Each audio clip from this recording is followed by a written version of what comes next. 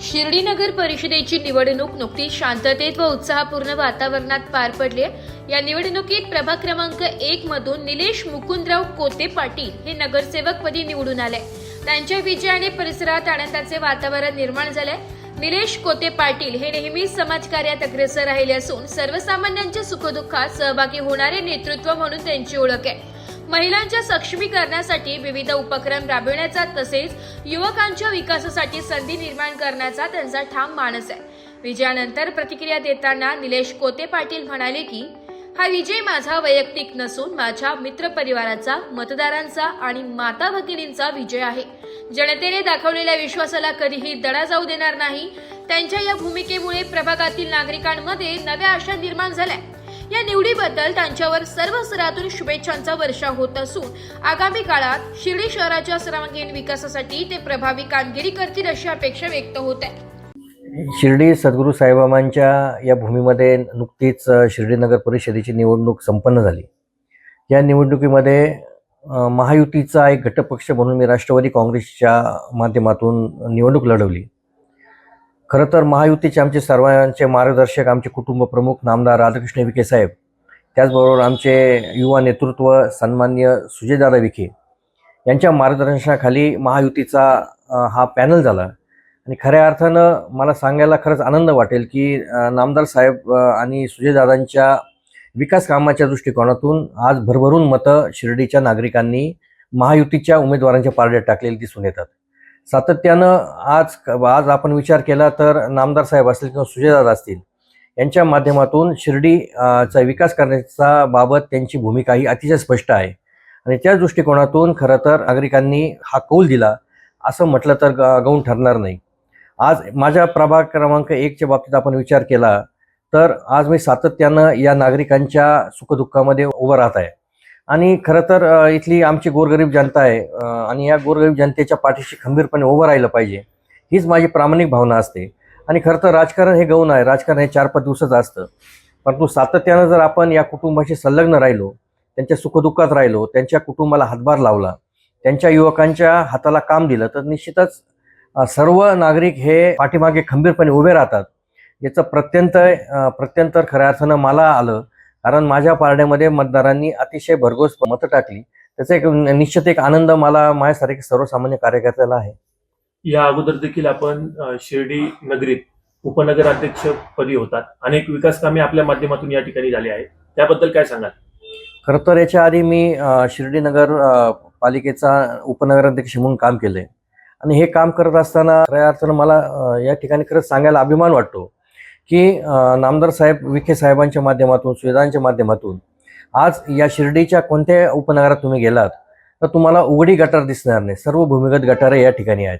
आणि सर्वात महत्त्वाचं म्हणजे या ठिकाणी असणारं कचरा संकलन हे भारतातलं ज्या ठिकाणी प्रत्येक सुखी सुविधा आहेत अशा प्रकारचं कचरा संकलन आहे। ओला कचरा आणि सुका कचऱ्याच्या संदर्भातलं एक चांगल्या प्रकारे नावलौकिक आज महाराष्ट्रात नगर परिषदेच्या माध्यमातून झालेलं आहे।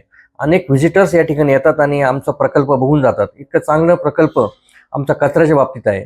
त्याचबरोबर शुद्ध आणि चांगल्या प्रकारचा पाणी पुरवठा करण्याचं काम आज आमच्या नगर परिषदेच्या माध्यमातून होतं आणि तो एक दृष्टिकोन नामदार साहेबांचा आहे। कारण आज शिर्डी हे विकसनशील शहर आहे, शिर्डी हे वाढतं शहर आहे। आज आमची 5 वर्षापूर्वीची लोकसंख्या ही 20 ते 25 हजार होती, आजची लोकसंख्या आपण विचार केला तर ती जवळपास 40 हजाराच्या घरात आहे। त्याच्यामुळे निश्चित हे शिर्डी शहर वाढतं आहे। असं असूनही प्रत्येकाला पिण्याचं पाणी, सांडपाण्याची व्यवस्था, त्याचबरोबर चांगल्या प्रकारचे कॉन्क्रीटचे रस्ते, स्ट्रीट लाईट आणि सगळ्यात महत्त्वाचं म्हणजे महिला सबलीकरण, महिलांचं सुरक्षा हे सर्वात महत्त्वाचे आमचे कामं। त्याच्यामुळे निश्चितच मतदारां आमच्या पाठीशी राहिले। प्रभाग क्रमांक 1 मध्ये विकास कामांना प्राधान्यक्रम काय असणार आहे? प्रभाग क्रमांक 1 मध्ये आज मी प्रतिनिधित्व करतोय। हा माझा प्रभाग आपण विचार केला तर हातावर पोट भरणारे बऱ्यापैकी लोक माझ्या प्रभागामध्ये आहेत आणि त्यांच्यासाठीच खऱ्या अर्थानं आता मला काम करायचं आहे। आता हॉकर झोनच्या संदर्भातली आमची भूमिका स्पष्ट होणार आहे। शिर्डीच्या बाबतीत विचार केला तर शिर्डीमध्ये जागेचा अभाव आहे, त्याच्यामुळे कुठेतरी आम्हाला त्या बाबतीत समस्या येतात। परंतु जे पथविक्रेते आहेत त्या पथविक्रेत्यांच्या बाबतीतला जो निर्णय असतो तो आम्हाला लवकरात लवकर घ्यावा लागणार आहे। आणि सर्वात महत्त्वाचं म्हणजे जे युवकांच्या बाबतीतला युवकांच्या हाताला काम म्हणजे जे बेरोजगार युवक आहेत त्यांच्या हातांना काम मिळण्यासंदर्भातले देखील आम्हाला त्यासाठी काम करावं लागणार आहे। त्या बाबतीत देखील आम्हाला खूप मोठं या ठिकाणी काम करून युवकांच्या हाताला काम असेल, पथविक्रेते असतील, त्याचबरोबर आमच्या माता भगिनींच्या सुरक्षेच्या बाबतीतले विषय असतील आणि सर्वात महत्त्वाचं म्हणजे अवैध धंदे बंद करण्याच्या बाबतीतला आमची भूमिका आम्हाला आता स्पष्ट करायची आहे. समाज कार्यात देखील आपण अग्रेसर असतात. कोरोना काळातील देखील कार्य आपले उल्लेखनीय आहे, त्याबद्दल काय सांगाल? कोविडचा काळ खरं तर अतिशय वाईट स्वप्न खरं तर आपल्या सर्व जगावर पडलं होतं आणि त्या वाईट स्वप्नातून बाहेर पडण्याच्या दृष्टिकोनातून देखील आम्ही अनेक कामं केले. माझा जो पूर्ण मित्रपरिवार होता हा कोरोना काळात निश्चित सर्व कुटुंबाच्या पाठीशी उभा राहिला.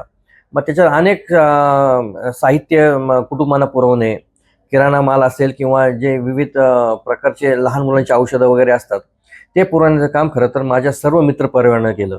आणि खऱ्या अर्थानं आज हा जो विजय आहे तो खऱ्या अर्थानं हा माझा विजय नसून हा माझ्या सर्व मित्रपरिवाराचा, की ज्यांनी माझ्या खांद्याला खांदा लावून रात्रीचा दिवस दिवसाची रात्र केली, असा सर्वांचा हा विजय आहे.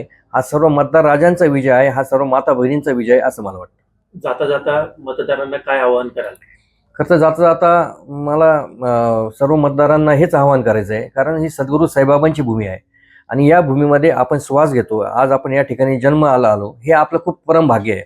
मग अशा दृष्टिकोनातून बाबांनी जो श्रद्धा आणि सबुरीचा आणि सबका मालिक एकचा संदेश दिला आहे तो खऱ्या अर्थानं सर्वांनी अंमलात आणणं खूप गरजेचं आहे.